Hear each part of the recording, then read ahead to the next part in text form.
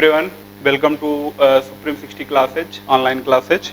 I am going to inorganic part, chemistry का inorganic part, और उसमें मैं आपको डिस्कस कर रहा था पीरियोडिक टेबल। पीरियोडिक टेबल मैंने डिस्कस किया, देन पीरियोडिक टेबल में S block, P block, D block, F block बताया, और उसके हिस्ट्री के कुछ पॉइंट बताए मैंने। जैसे आपको डोब्रिनर ने क्या किया था, लॉ ऑफ ट्राइड्स दिया, न्यूलैंड ने क्या दिया, लॉ ऑफ ऑक्टेव दिया, लोथर मेयर का कर्व क्या था, मेंडलीफ का, मोजले का, और उसके बाद आज की जो डेट में हम पढ़ रहे हैं long form of periodic table. फिर उसका जो बेसिस था लॉन्ग फॉर्म का वो है इलेक्ट्रॉनिक कॉन्फ़िगरेशन, और इलेक्ट्रॉनिक कॉन्फ़िगरेशन की बिहाफ पे मैंने पूरे एस और पी ब्लॉक का पूरा स्टडी कर लिया था, क्या जनरल इलेक्ट्रॉनिक कॉन्फ़िगरेशन होता है और क्या पूरे फैमिली का होता है। ठीक है, अभी क्या बचा हुआ है, डी ब्लॉक और एफ ब्लॉक। तो डी ब्लॉक का करता हूँ ट्रांजिशन एलिमेंट्स, यानी D block, D block transition elements का करता हूँ। डी ब्लॉक ट्रांजिशन एलिमेंट्स जो है बेटा, वो ट्रांजिशन एलिमेंट मैंने बोला ही था क्यों बोलते हैं, क्यों, क्योंकि इनमें जो है मोर देन वन वैलेंसी होती है। एक तो होगी, वैलेंसी तो एक होनी ही है बॉन्ड बनाना है तो, लेकिन दो या दो से ज़्यादा हो, ऐसी वैलेंसी हो तो इसको जो है बोलते हैं ट्रांजिशन। और वैलेंसी होती है लास्ट इलेक्ट्रॉन के एग्जिट होने से। लास्ट इलेक्ट्रॉन अगर निकल जाए तो फिर या इलेक्ट्रॉन्स आपस में एक ऑर्बिटल से दूसरे ऑर्बिटल में जंप कर जाते हैं, तो ऐसी जो है डी ब्लॉक यानी ट्रांजिशन, जिसको हम बोलते हैं कि इलेक्ट्रॉन एक से दूसरे में ट्रांजिट कर गया। और ऐसा होता है due to lower energy gap between two subshell D and F. Okay, तो देखते हैं, एक पॉइंट यहाँ समझना बहुत ज़रूरी है। क्या समझना है? वो समझना है कि ये न्यूक्लियस है और ये आपके सेल है। ठीक है, तो जो सबसे आउटर मोस्ट सेल होती है उसको आप बोलते हो बैलेंस सेल। जैसे ये है आउटर मोस्ट सेल, या इसका दूसरा नाम है बैलेंस सेल। ओके, दूसरा ये है, इसका नाम है penultimate cell, second last cell है ये, इसका नाम है penultimate cell, second last cell को बोलते हैं। और इसके बाद भी जो ये थर्ड लास्ट होता है इसको क्या बोलते हैं, pre penultimate, pre penultimate shell. ठीक है, penultimate cell, pre penultimate shell और आउटर मोस्ट सेल यानी बैलेंस सेल, ये हो गया। इसको एंटी प्री से लगी रहा है कि पेनल्टीमेट के जो पहले हो उसको बोलते हैं प्री पेनल्टीमेट सेल, और इसी का दूसरा नाम है anti penultimate cell.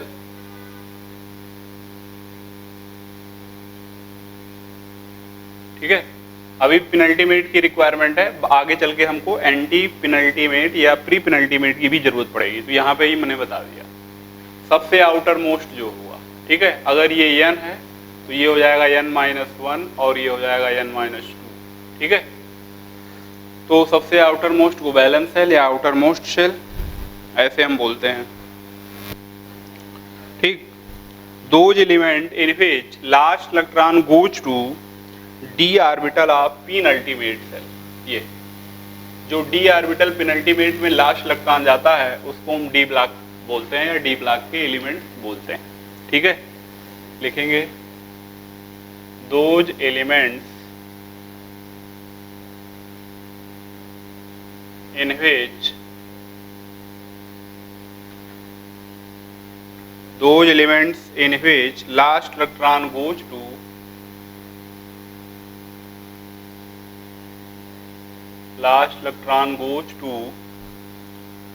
d orbital of penultimate cell,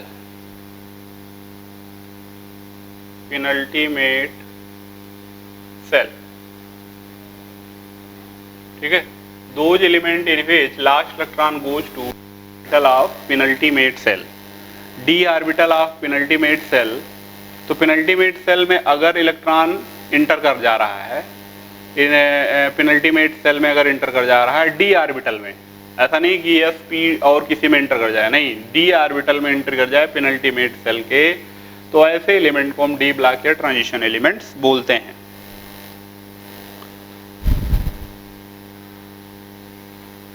okay, एक पॉइंट और लिखेंगे, outer most shell and penultimate shell are incomplete in these elements।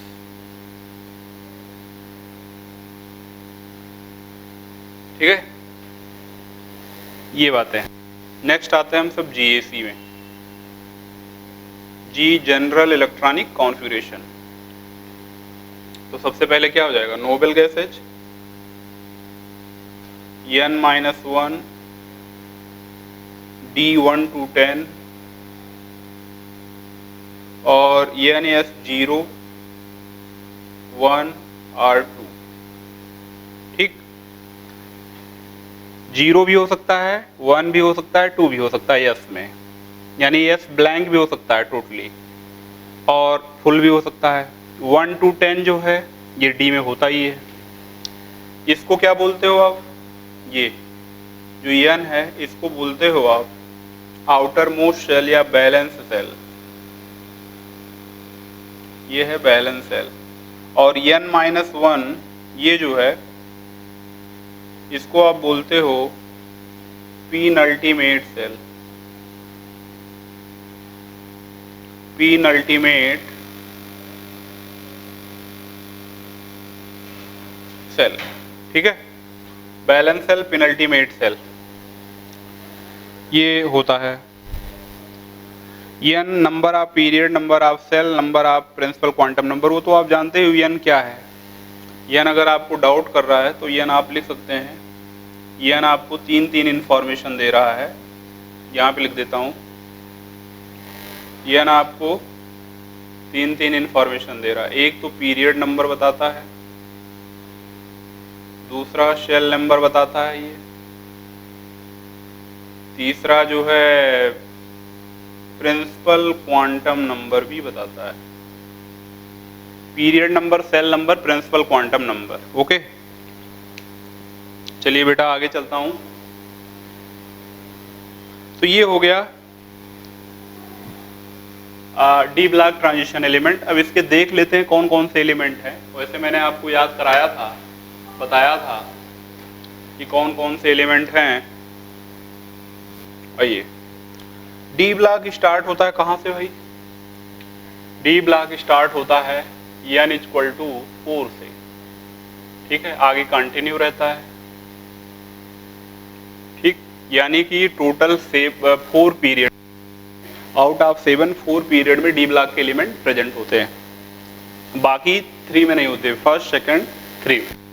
ठीक है, थर्ड इसमें नहीं होते। तो ये हो गए आपके पीरियड वाले नंबर। ठीक है, आप इसको सीरीज भी बोलते थे, इसको 3D सीरीज बोलते थे, इसको 4D सीरीज बोलते थे, आपको याद हो तो मैंने नाम बताया था। और इसको बोलते थे 5D सीरीज। जितना ग्रुप का पीरियड का नंबर होगा, सॉरी ग्रुप नहीं, पीरियड, जो ग्रुप पीरियड का नंबर होगा उससे एक कम डी सीरीज होगा। 6D सीरीज, जो भी पीरियड नंबर होगा उससे एक लेस। ओके, ये हो गया first transition series, transition series. और ये हो गया second transition series, third transition series and fourth transition series. ये last fourth transition series. TS का मतलब है ट्रांजिशन सीरीज, ध्यान दीजिएगा, ट्रांजिशन सीरीज। जगह पूरा कवर कर ले रहा था इसलिए मैंने यहां पर ही नहीं लिखा। ठीक है, टीएस का जो मतलब है वो है ट्रांजिशन सीरीज। अब आइए, इसका जो पहला एलिमेंट था वो है स्कैंडियम, एटॉमिक नंबर है 21। ओके, और देन ये चलता है और जाता है जिंक तक। लास्ट एलिमेंट है इसका zinc, atomic number is 30। First element of second transition series 4D series fifth period का वो है atrium, atomic number is 39 and last member is cadmium, atomic number is 48। First member of third transition series 5D series is lanthanum, atomic number is 50, 58 sorry 57, 58 आगे start हो जाएगा, ठीक है 57। और लैला हाफने लगी, मैंने बुलाया था तो लैला हाफने लगी 57 से हाफनियम के बीच में 14 एलिमेंट आपके एफ ब्लॉक के हैं यहाँ पे। अब इसके बाद लास्ट में आ जाएगा Hg, ओके Hg का एटॉमिक नंबर हो जाएगा 80, हाँ 57 से, और इसका होता था 71 के बाद 72 आता है तो 72 तक चलता है। हाफनियम हो जाएगा 72। Between 57 and 72 14 elements are also present that are the member of lanthanide series और F block, okay. And next AC चलाया, रफ्ता रफ्ता गाने लगी तो actinium and rutherfordium, actinium is 89 and this is 104 and then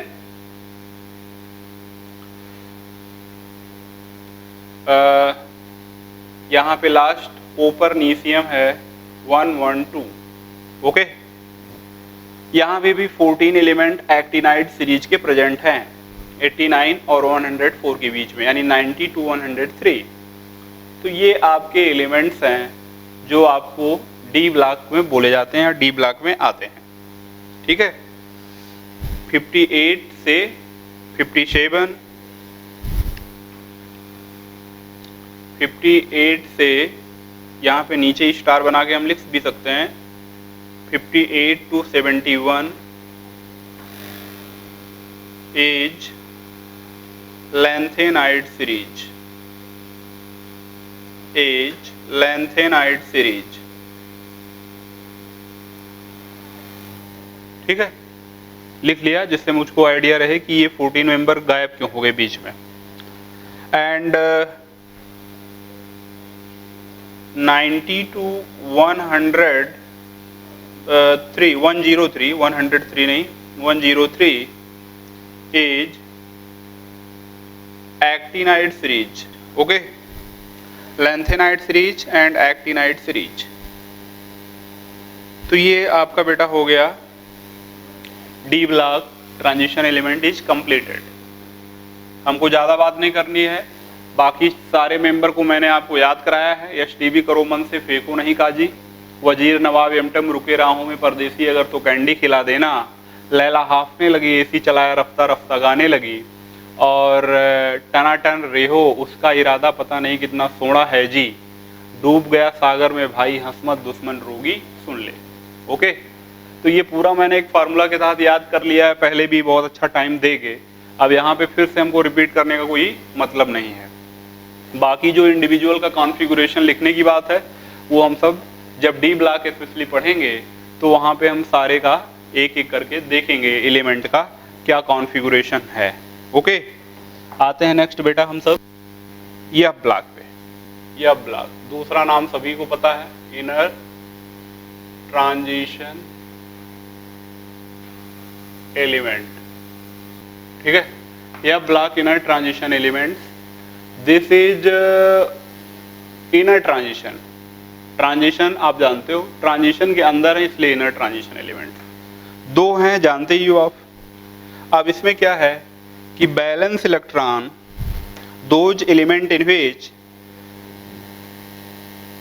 last electron goes to F subshell of pre penultimate या फिर ante penultimate shell, ठीक है।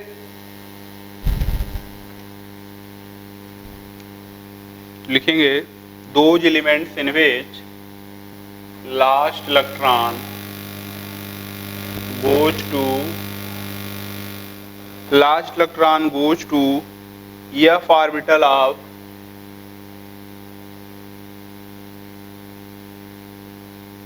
pre-penultimate cell.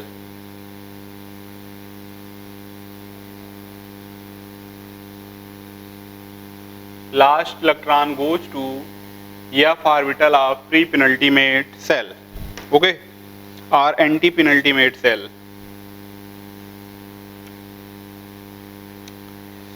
These elements in which 3 valence cells are incomplete. In these elements 3 valence cells are incomplete.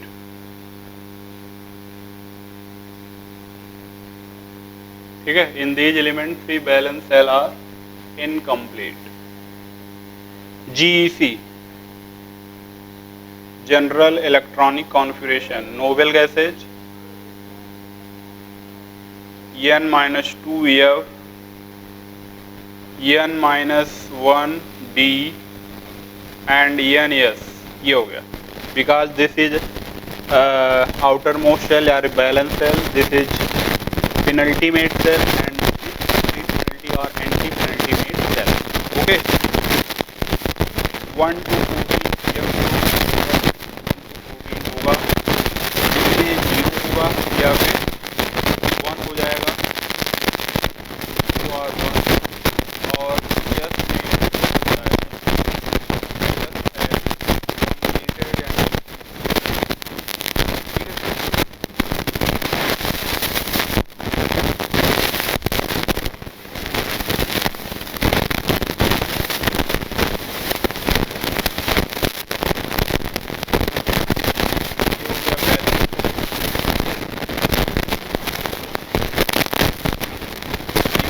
penultimate cell.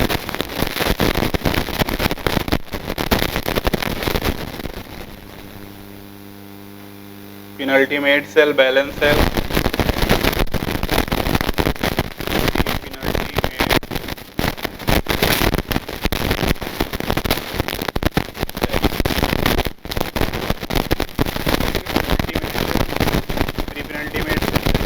Okay, ये आपके होते हैं n, n-1, n-2.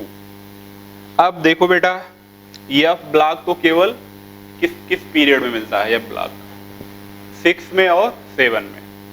तो अगर 6 आपने लिया है तो बैलेंस सेल 6 कर दिया. n की वैल्यू यहाँ पे 2 ही हो सकती है, या तो 6 या फिर 7. बिकॉज यहाँ रखोगे 6, ये हो जाएगा 5 और ये हो जाएगा 6 - 2 4, 4f 5d 6s.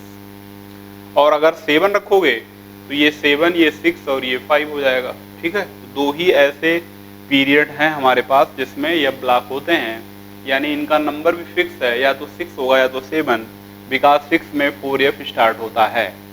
ठीक, अब आइए जरा एलिमेंट के बारे में देखते हैं, कहाँ से क्या एलिमेंट मिलता है इसमें. वैसे आपको पढ़ा दिया है, मैंने बता दिया है पहले ही. n = 6 और n = 7. इसको आप बोलते हो lanthanide series. Lanthanide series short में LS. और इसको आप बोलते हो actinide series. Actinide series AS. ठीक है, lanthanide series is other name of this series is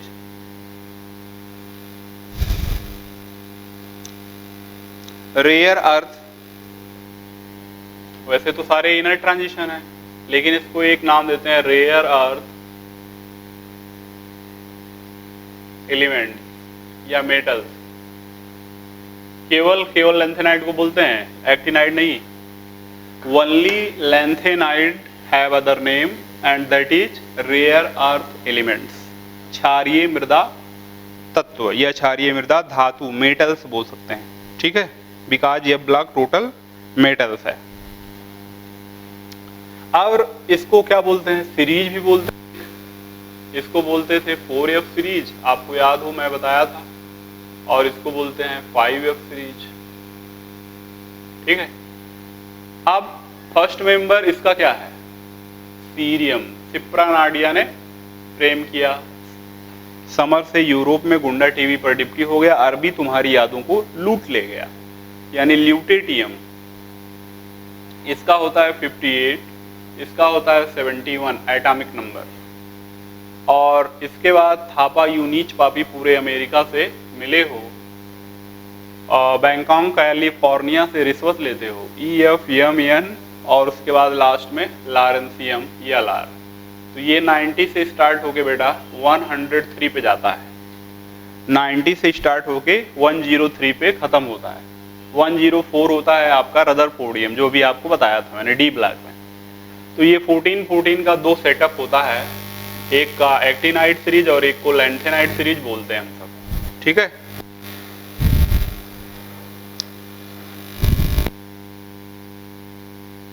तो सारे लगभग मैंने बता दिए आपको। है कोई, अब बताओ? कोई नहीं है, सारे हो गया। S block, P block, F block, उसका GEC हो गया। देखो बेटा, GEC के लिए एक खास पॉइंट आपको बताएं हम। GEC के लिए एक खास पॉइंट ये आपको ध्यान में रखना है कि GEC एस और पी ब्लॉक का बहुत कॉमन होता है। कोई भी छोटा सा बच्चा बता देगा कि एस के लिए क्या होगा, यानी S1 और 2, खत्म हो गया एस ब्लॉक का। पी ब्लॉक के लिए GEC क्या होगा, NS2 NP 1 to 6, खत्म हो गया है अभी। अब पी ब्लॉक और एस ब्लॉक का GEC में कोई भी ऐसी बात नहीं है जो आपसे पूछी जाएगी तो क्या, D and F block, because D and F block में मोस्टली लोग गलत कर देते हैं। तो इसको आपको अच्छे से पकड़ के ध्यान में रखना है। डी एंड एफ ब्लॉक सारे कंपटीशन में एग्जाम्स में बार बार आया हुआ है, GEC general electronic configuration.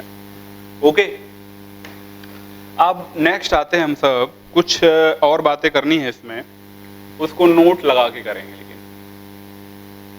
Note एक लगाएंगे, कुछ पॉइंट हम सब नोट्स में करेंगे। ठीक है। नोट्स में क्या है देखिए जरा, कितने एलिमेंट ऐसे हैं पीरियोडिक टेबल में जो लिक्विड हैं रूम टेम्परेचर पे। तो एक एक करके हम सब लिखते चलेंगे।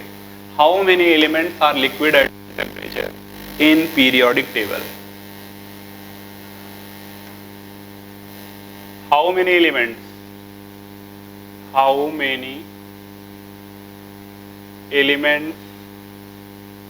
आर liquid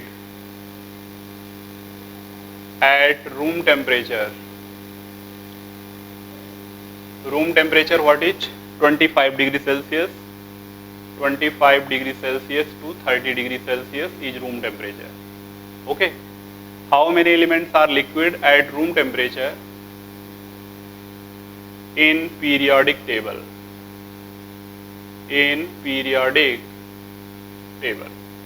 ओके तो आंसर क्या हो जाएगा इसका, answer will be what, 5 elements.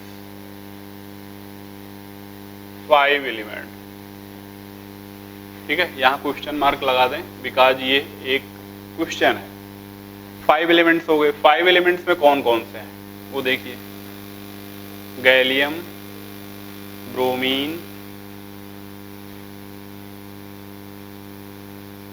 ये कुछ आप जानते होंगे, कुछ आपको नहीं पता होगा, लेकिन आज आपको सही से पांचों को रखना है। बार बार ये कहीं ना कहीं आता ही रहता है कि कितने ऐसे एलिमेंट हैं जो रूम टेम्परेचर पर पीरियोडिक टेबल में लिक्विड हैं। तो 5।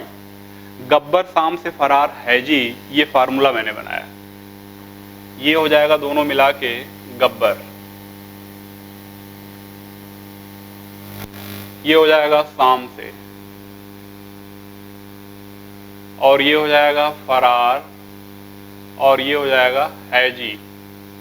ठीक है, गब्बर शाम से फरार हैजी, ये हो जाएगा आपका फार्मूला याद करने का तरीका। इसमें सारे के सारे लिक्विड हैं। एक एलिमेंट ऐसा है जो है एक एलिमेंट ऐसा है जो इसमें क्या है, मेटल की नॉन मेटल। तो एक ऐसा है वो नॉन मेटल है, ये bromine. Bromine is non metal, only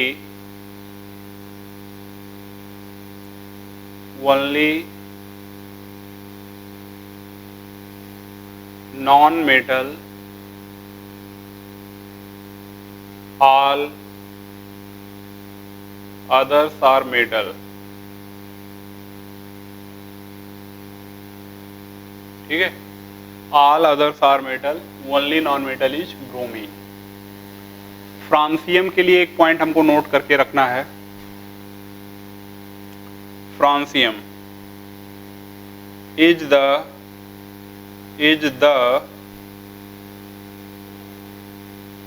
only radioactive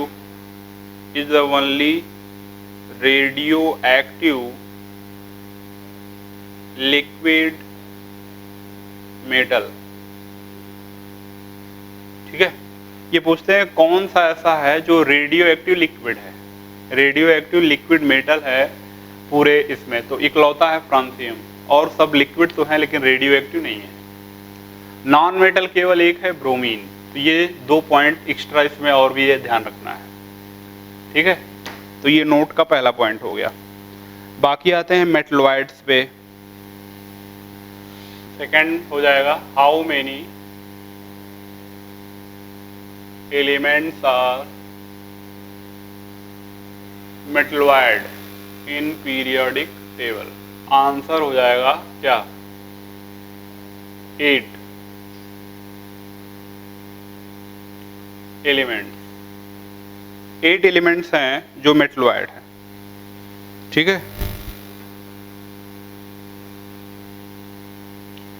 देखिए इसका कौन कौन से हैं, ये 8 एलिमेंट्स हैं, देख लो आप, 2 4 8। ओके, याद करने का तरीका क्या है हमारा, इसको दोनों को मिला दिया बंसी। ठीक है, बंसी। इसको बना दिया बजी। बजी में केवल जी है, बा नहीं है। ठीक है, केवल जी लिया गया है, बंसी बजी। ऐसे बंसी बजी ऐसे तेरे ओठों से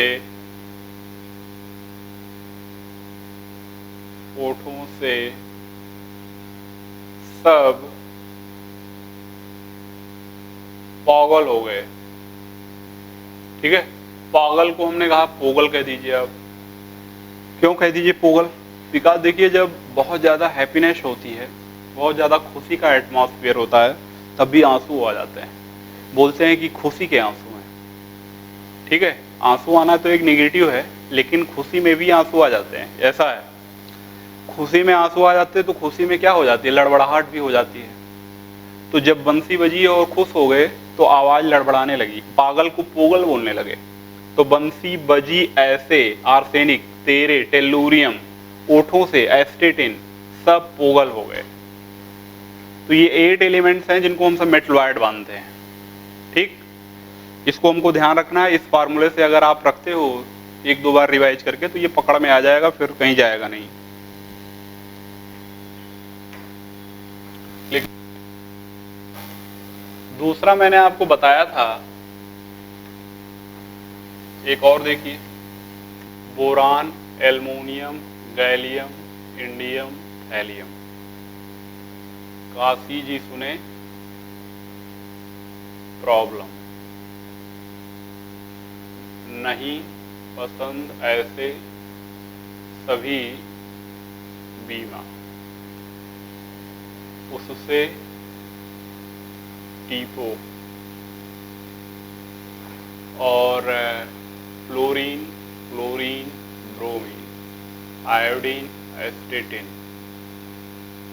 ठीक है, ये फिर मैंने बोला था कि बेटा आपको ये लाइन एक ड्रा कर लेनी चाहिए। ये ये ऐसी लाइन है, ये सेपरेशन लाइन है that is separate metal and non metals. इस लाइन के नीचे सारे क्या हैं? मेटल, इस लाइन के ऊपर सारे हैं नॉन मेटल्स। मैंने कहा था कि अगर आप इसको ऐसे बनाएंगे तो एक जीना बनता जाता है, स्टेप। अब वर्ण बंसी बजी, ये जर्मेनियम भी आ गया इसके अलावा। ऐसे तेरे ओठों से सब पॉगल हो गए। बोलो। तो मैंने आपको क्या बताया है? 1 2 3 4 5 और 3 8 एलिमेंट्स बताया अभी, जैसे फार्मूले से याद करने के लिए। तो 8 एलिमेंट में सारे कंसीडर हो गए, फिर 8 के अलावा 9th कहीं किसी बुक में मिल ही नहीं सकता आपको कि वो मेटलॉयड हो। सारे जो मेटलॉयड थे वो मैंने सबको कंसीडर कर लिया इसमें। 8 में सारे आ गए, चाहे वो छोटे वाले हों। छोटे इन द सेंस ये है कि अच्छे मेटलॉयड ना हो, जैसा मैंने बताया था मेटलॉयड अच्छा वो होता है जिसमें मेटल नॉन मेटल का करेक्टर दोनों का बराबर बराबर हो। लेकिन बराबर नहीं हो तो जो ज़्यादा होगा वही ज़्यादा इफेक्टिव होगा, ज़्यादा वही दिखेगा। अगर मेटेलिक करेक्टर ज़्यादा होगा तो वो मेटेलिक ज़्यादा प्रॉपर्टी शो करेगा, नॉन मेटेलिक कम, मेटलॉयड। तो उसी के बिहाफ पे ये 8 हैं। 8 में 1 2 कई बुक्स छोड़ देती हैं, नहीं मानती हैं। एनसीईआरटी में कुछ दूसरा मान लेते हैं कि इतने ही लोग हैं। उसका रीजन जो है वो यही है कि नीचे की तरफ जो भी आएगा मेटेलिक करेक्टर बढ़ता जाएगा। ठीक है, बिस्मथ, लेड, थैलियम ये सब हैं। पोलोनियम में देखिए थोड़ा सा करेक्टर डाउन हो गया है, मेटेलिक ज़्यादा है, नॉन मेटेलिक भी आ गया है। ठीक, एस्टेटिन में नॉन मेटेलिक है, मेटलॉयड हो गया है, दोनों है। तो वो उसका रीजन यही है। ठीक, तो ये हो गया आपका क्या? मेटलॉयड। किसी भी तरीके से ध्यान रखिए, इधर वाले सारे जो होते हैं उनको आप बोलते हो क्या? मेटल। और इधर वाले सारे जो होते हैं इनको बोलते हो आप नॉन मेटल। और ये जो लाइनें हैं इसको बोलते हो आप मेटलॉयड। ये तो आपको मैंने ये बताया था पी ब्लॉक में, ध्यान रखना है। ठीक है बेटा, ये सब चीज़ें छोटी छोटी हैं, लेकिन अगर आप पकड़ के रखते हो तो याद करने में, समझने में इसको बड़ा इजी होता है और सारी चीज़ें बहुत क्विकली निकल के आती हैं। नेक्स्ट आते हैं हम सब एम्फोटेरिक पे। एम्फोटेरिक सबसे इम्पॉर्टेंट है। बहुत सारी ऐसी रिएक्शन है जो एम्फोटेरिक एलिमेंट के साथ अलग होती हैं और किसी एलिमेंट के साथ जो नॉर्मल एम्फोटेरिक नहीं है उनके साथ अलग बिहेव करती है वो रिएक्शन, या प्रोडक्ट उसका अलग हो जाता है।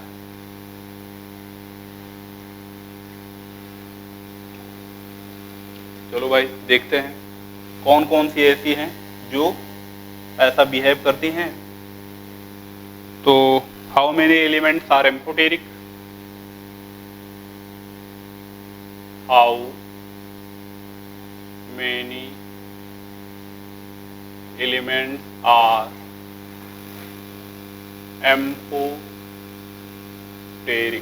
इन पीरियोडिक टेबल?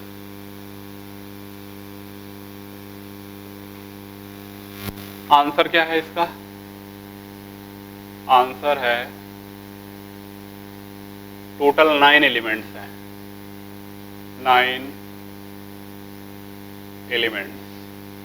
ओके, अब है कौन कौन सा जरा देखिए। 3 3 एंड 3, 9 हो गए। फार्मूला क्या बनाया? इसको बना दिया पब। पब में बी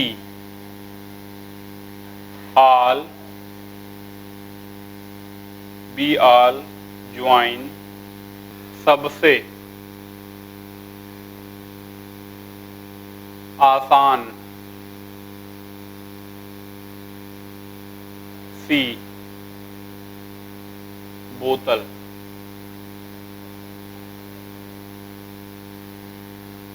ठीक है, याद हो गया? बोलो। पब में बी ऑल ज्वाइन सबसे आसान सी बोतल। देखिए ये फार्मूला जनरेट ये बनाया कैसे मैंने, इसके बीच का जो फीलिंग है वो बता देता हूं आपको।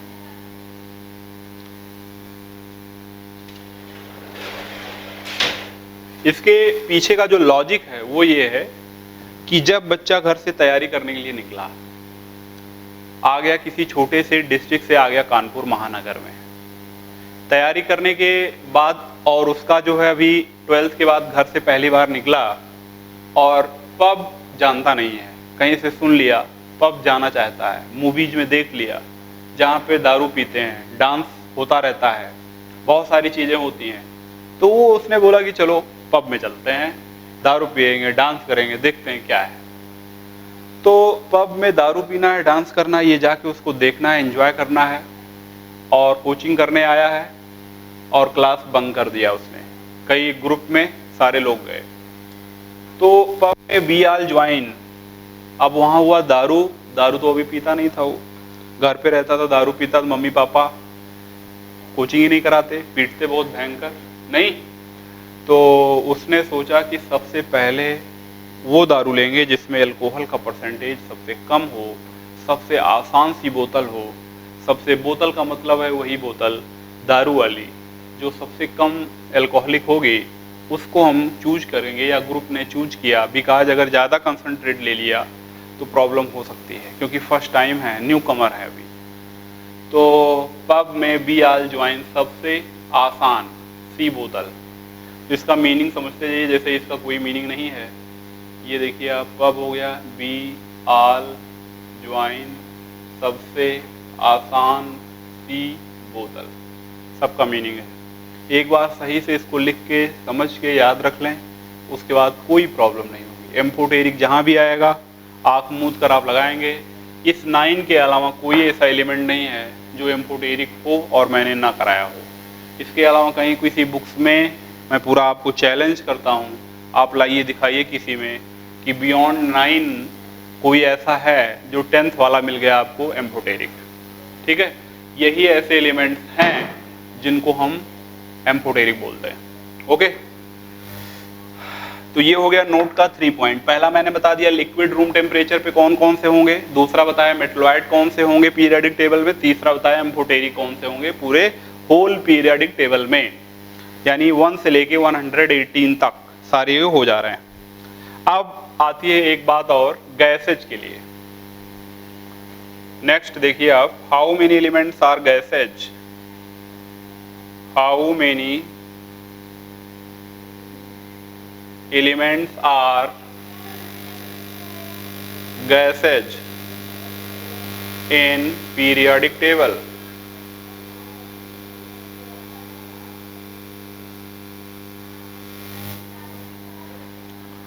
तो इसका आंसर क्या होगा? देखिए 11 एलिमेंट्स,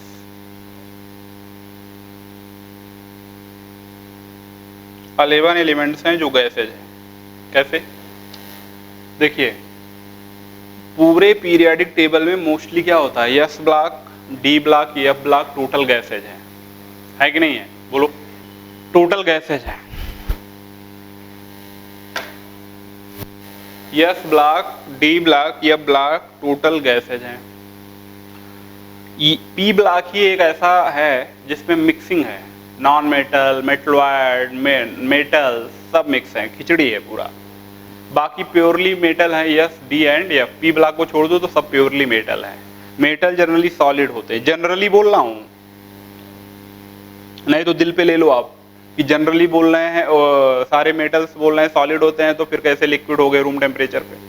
भाई जनरली सॉलिड होते हैं, मोस्टली, प्रायः, अधिकतर ऐसा होता है कि मेटल सॉलिड ही होते हैं, और नॉन मेटल वीक होते हैं, यानी कि वो ज़्यादातर आपको गैसेस में मिलेंगे। बाकी सारा मिक्सअप है, सब कुछ सब हर टाइप का हो सकता है, हर वैरायटी के लोग मिल सकते हैं एलिमेंट में। जैसे हमारे सोसाइटी में हर टाइप के हैं, वैसे हमारे केमिस्ट्री के सोसाइटी में जितने एलिमेंट हैं उनमें भी वैरायटी है। ठीक है, तो आप ऐसा नहीं कह सकते कि मेटल है तो 100% सॉलिड होगा, नहीं, लेकिन मोस्टली कह सकते हैं आपकी मोस्टली सॉलिड होते हैं। तो पीरियोडिक टेबल में 11 एलिमेंट्स मैंने बताया जो गैस हैं। अगर गैस पता हो जाए, लिक्विड पता हो जाए, तो बाकी एलिमेंट्स जो रिमेनिंग होंगे वो क्या होंगे? सॉलिड। तो मैंने लिक्विड बता दिया 5 हैं, 11 हो गए आपके गैसेज, 11 एलिमेंट्स। उन 11 का नाम जरा देखिए आप। नोबेल गैसेज आता है, नोबेल गैसेज, ठीक है। तो नोबेल गैसेज में, जिसको आप शार्ट में एनजी बोलते हो, कितने आ जाते हैं total noble gases? Helium, neon, argon, krypton, xenon, radon, 6 आ जाते हैं टोटल। इसके हो गए कितने? 6। फिर उसके बाद आ जाएगा आपका फ्लो,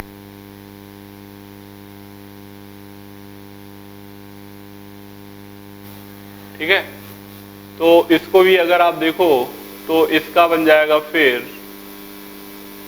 कल, हो, ना हो। इस हो का कोई मीनिंग नहीं है, ठीक है। आप देख लो,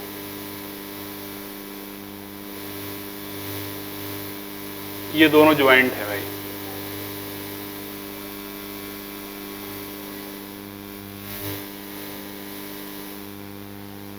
तो कितने हो गए भाई? 1 2 3 4 5 प्लस 6, टोटल हो गए 11 कि नहीं हो गए? 11 एलिमेंट्स हैं जो गैसेज हैं, 5 एलिमेंट्स हैं जो लिक्विड हैं। तो 5 और 11 ये छोड़ दो, तो बाकी जितने हो गए सब मेटल्स हो गए, सॉलिड हो गए, मेटल्स नहीं सॉलिड हो गए, ठीक है। तो ये नोट का सारा पॉइंट खत्म हो गया बेटा। नोट में यही पॉइंट था जिसको मैंने करा दिया। नेक्स्ट आते हैं हम सब नॉमेनक्लेचर पे। Nomenclature of elements having number more than 100 से ज़्यादा जिसका होता है उसी का हम सब करते हैं क्या? नॉमेनक्लेचर, यानी आईपीएसी के गार्डिंग, ठीक है। इंडियन जो इंटरनेशनल यूनियन जो आईयूपीएसी होता है, जो आपने ऑर्गेनिक में किया है, IUPAC, international union of pure and applied chemistry, international union of pure and applied chemistry, IUPAC के अकॉर्डिंग, जिसको शार्ट में बोलते हैं, वो आपने ऑर्गेनिक में भी किया है। और इनऑर्गेनिक में भी छोटा सा होता है। इनऑर्गेनिक का बहुत ईजी है, ऑर्गेनिक में बहुत ज़्यादा वैरायटी है, क्योंकि कंपाउंड्स के अलग अलग टाइप्स होते हैं, अलग अलग वैरायटी उसमें होती है। इस वजह से उसमें ज़्यादा डिफ़िकल्टीज है। हमारे इसमें कुछ है ही नहीं, एकदम सिंपलेस्ट है। और इसमें 100 से नीचे नहीं, 100 से एबव वालों का करता हूँ मैं, ठीक है। 100 या 100 से ऊपर। आइए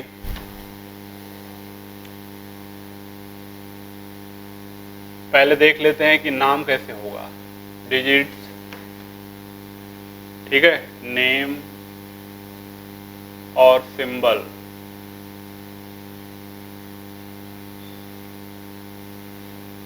डिजिट्स में आपका हो जाएगा 0 1 2 3 1 2 3 4 5 6 7 8 9। जीरो को क्या बोलते हैं? जीरो को नील बोलते हैं, कुछ है ही नहीं, नील है। इसको बोलते हैं 1, नहीं, लेकिन यहाँ 1 नहीं बोलेंगे, अन बोलेंगे। और इसको बोलेंगे 2, यानी कि बाई।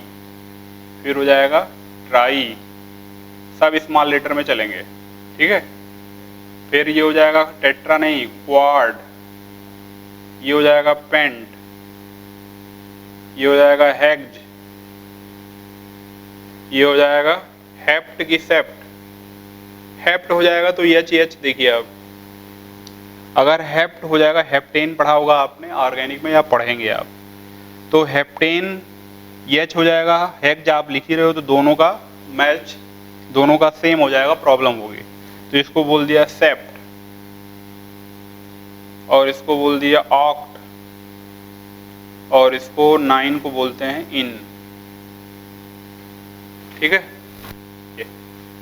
अब इसका फर्स्ट लेटर लेना है मुझे। सिंबल में दिखाएंगे इसको एन से, यू से, बी से, टी से, क्यू से, स्मॉल पी से, स्मॉल एच, एस, ओ और ई, ठीक है। अब आते हैं करके देखते हैं, जरा देखते हैं।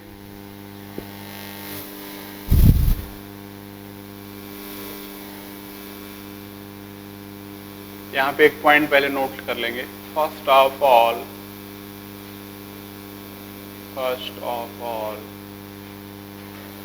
Right the name of all digits, name of all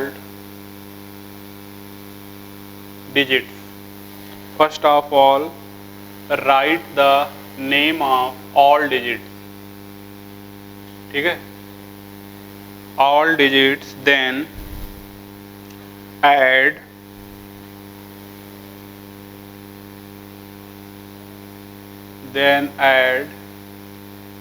suffix, then add suffix, prefix मतलब जो पहले लगे, suffix मतलब जो बाद में लगे, suffix ium, ठीक है, then add suffix ium in last, ठीक है। तो ये है first of all write the name of all digits, then add suffix ium in last, ये होता है। जैसे लिखते हैं, एग्जाम्पल लेते हैं 101, तो 1 का क्या होगा अन, 0 क्या होगा नील, तो हो जाएगा अन नील और फिर अन और IUM जोड़ दिया, ठीक है, तो क्या हो जाएगा अन नील यूनियम। इसका सिंबल क्या हो जाएगा, पहला लेटर ले लेना है और फिर यू, ये हो जाएगा UN U। चलिए 108 का करेंगे, जाएगा अन नील और ऑक्ट और फिर IUM जोड़ दिया, अन नील ऑक्टियम, ये हो जाएगा U, फर्स्ट लेटर जो नाम है उसका फर्स्ट लेटर लेना है, क्योंकि जो आपने लिखा है उससे फर्स्ट ले लीजिए, वही सिंबल है उसका UNO। 114 का करता हूं बेटा, अन हो गया 2 बार, एक है, फिर क्वाड हो जाएगा, फिर IUM हो जाएगा, पहला लेटर U है, फिर U है, फिर Q है, हो गया UQ। बहुत ही सिंपल, बहुत ही इजी, कहीं कोई डिफिकल्टीज है ही नहीं इसमें कि आप बोलें कि ओ माय गॉड कैसे होगा, इसमें ऐसा कुछ भी नहीं है। बस आपको डिजिट का ध्यान रखना है, क्योंकि मोबाइल नंबर आप जानते हो 0 से जब तक 9 तक कीपैड में नहीं होगा तब तक आप सारे मोबाइल नंबर मिला नहीं सकते हो, ठीक है। तो 0 से लेकर 9 तक जितने भी हैं नंबर, इनको अगर आप देखोगे तो इनसे आप मिला सकते हो सारे मोबाइल नंबर, तो सारे हम लिख सकते हैं, बशर्ते 0 से 9 तक हमको पता हो डिजिट्स, तो हम सारे के लिख लेंगे। तो मैंने पता कर लिया, फिर उसका सिंबल पहला लेटर होता है और IUM ऐड करते चलना है, नाम तैयार होता जाएगा, ठीक बेटा। अब नेक्स्ट आते हैं हम सब, ये पूरा क्लासिफिकेशन वाला पार्ट हमने ख़त्म कर लिया है। अब हम थोड़ा सा इंट्रो आपको दे देते हैं, जो है मैंने बोला था ना आपको कि classification of element and periodic properties, तो क्लासिफिकेशन ऑफ एलिमेंट तो हो गया। अब हम चल रहे हैं पीरियोडिक प्रॉपर्टीज पे। पीरियोडिक प्रॉपर्टीज में जब तक प्रॉपर्टी हम पढ़ेंगे उसके पहले कुछ चीज़ें हम प्रिपेयर करेंगे जिनके बिहाफ पे स्टडी होगी, जैसे इफेक्टिव न्यूक्लियर चार्ज, ठीक है, शील्डिंग इफेक्ट, ये सब चीज़ें हमको पढ़ना है, जानना है कि कैसे ये होता है। तो उसको पढ़ने के लिए पहले हमें कुछ चीज़ें जाननी होगी। जैसे हम सब शुरू कर रहे हैं अब periodic properties, periodic properties of element. Periodic का मतलब बताया था आपको कि वो प्रॉपर्टी जो एक फिक्स टाइम इंटरवल के बाद रिपीट हो, उसको हम पीरियोडिक बोलते हैं। तो पीरियोडिक प्रॉपर्टीज ऑफ एलिमेंट्स ये हम स्टडी करने वाले हैं अब। तो पहले इसके हमने कुछ चीज़ें हमको देखनी होती है, क्या क्या।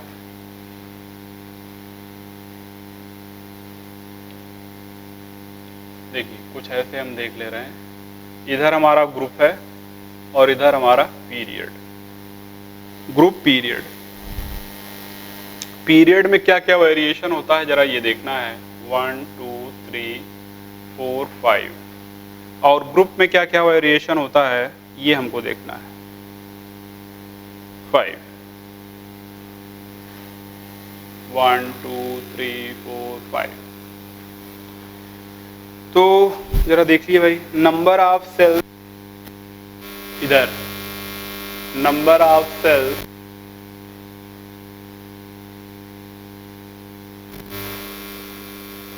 कैसे भाई, ये कैसे हुआ? पीरियड में लेफ्ट टू राइट चलते हैं तो नंबर ऑफ सेल सेम कैसे रह रहे हैं? Because shell numbers, period number, principal quantum number are same.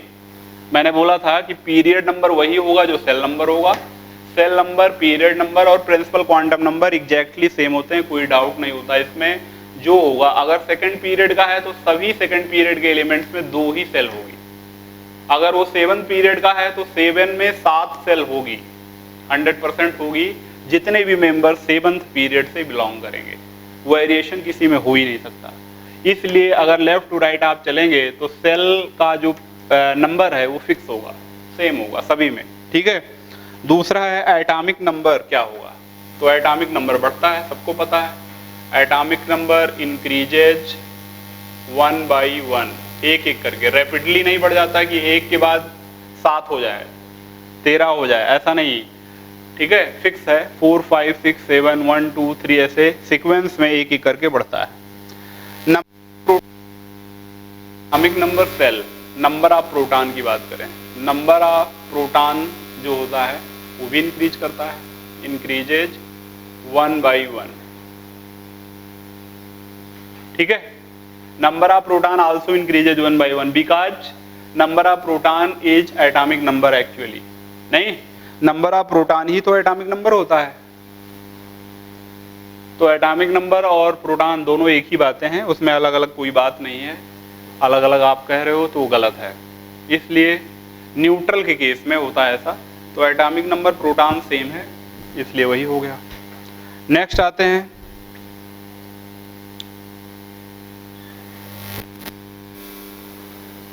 अच्छा थोड़ा सा इसमें चेंज भी कर सकता हूं मैं, क्या? नंबर ऑफ प्रोटॉन न्यूक्लियस में होता है तो ये भी लिख सकता हूं number of proton in nucleus.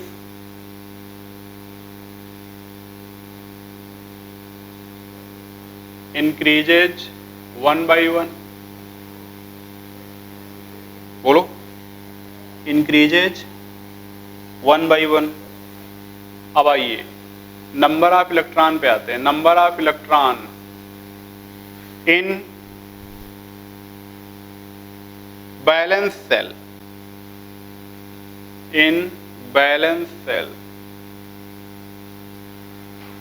दो, अच्छा इलेक्ट्रॉन दो चीजें होता है, एक न्यूक्लियस में तो होता नहीं, न्यूक्लियस तो में प्रोटॉन और न्यूट्रॉन होता है, बाकी सराउंडिंग में होता है। तो सराउंडिंग में उसको 2 पार्ट में मैंने डिवाइड कर दिया, न्यूक्लियस और बैलेंस के बीच वाला इलेक्ट्रॉन जो है, समझिएगा, ध्यान से समझ लीजिए आप इसको।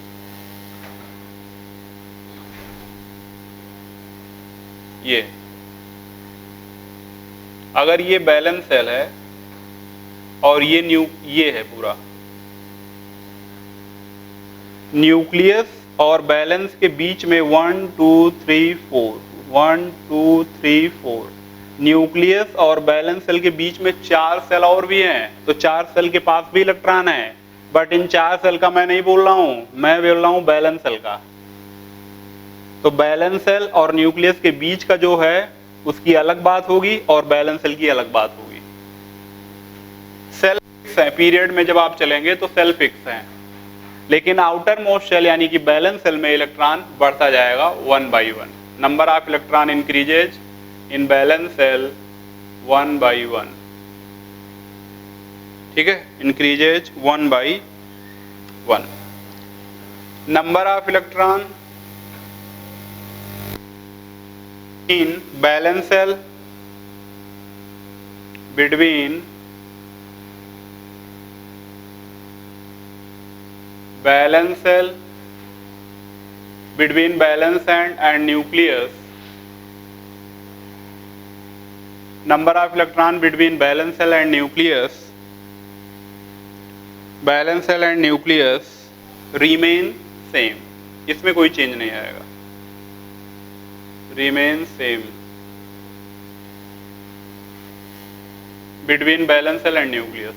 यही 5 point with respect to group बात भी होगी। ग्रुप में नंबर ऑफ सेल क्या होंगे, इंक्रीजेज 1 by 1।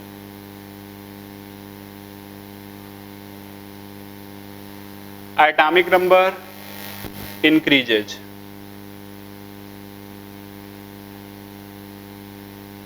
इंक्रीजेज 1 by 1 नहीं, रैपिडली। ठीक है। Number of proton in nucleus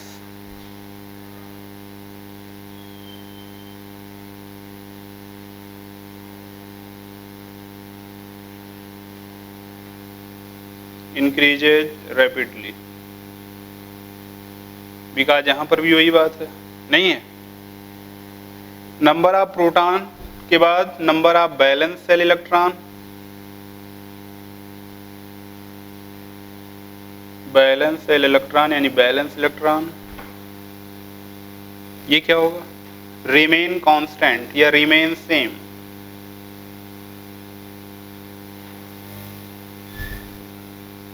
number of valence shell electron remain same.